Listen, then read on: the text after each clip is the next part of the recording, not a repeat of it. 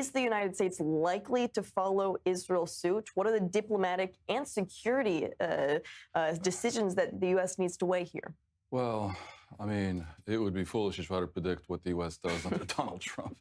But it's no coincidence that Israel is the only country so far to have recognized Somaliland. The African Union and the Arab countries very much oppose this, putting them in the ironic position of sort of sanctifying borders imposed on Africa and the Middle East by colonial powers.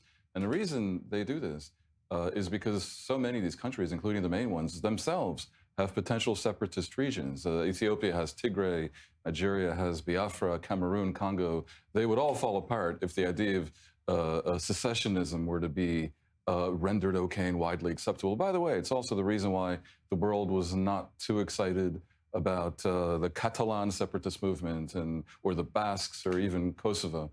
Now, Somaliland is different from Palestine. Let's not pretend. This was the case of a supposed unitary country. Now, that's a bit of a fiction, too, because there's different tribes. But the idea of Somalia was a country where there was nothing specifically different about Somaliland versus the rest of the country in the way that the Palestinians are obviously different from Jewish Israel. But they do have a different past. What is now Somaliland was ruled by the British. What is Somalia, Rump Somalia, was ruled by the Italians. And Somaliland, despite being recognized by no one, is way better governed. Now, where this becomes a security issue is that Somaliland essentially is the southern land on the Gulf of Aden, which takes us back to Yemen. The Gulf of Aden is very important. It leads to the Bab el-Mandeb, which leads to the Red Sea, which leads to the Suez Canal. 1/4 of global maritime container trade goes through there. The Houthis have badly disrupted it.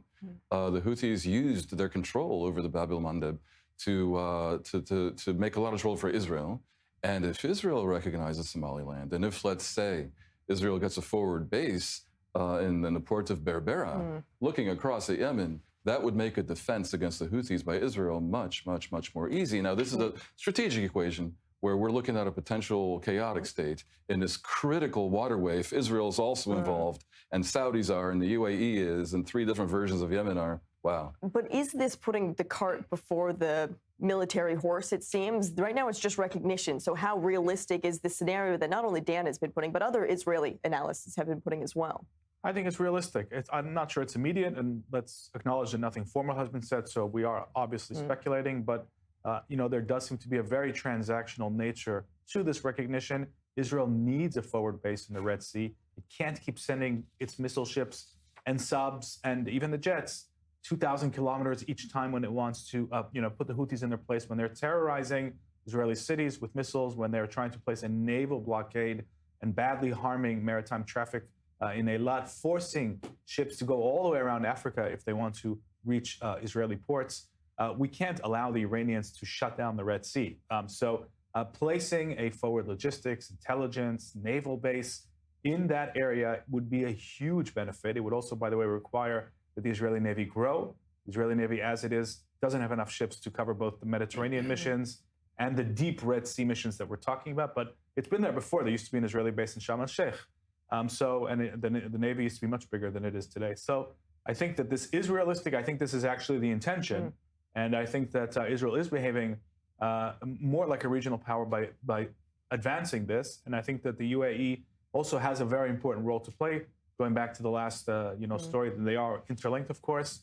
So it's unfortunate to see the UAE and the Saudis, which should be united against the Houthis and the Iranians, having this very severe feud.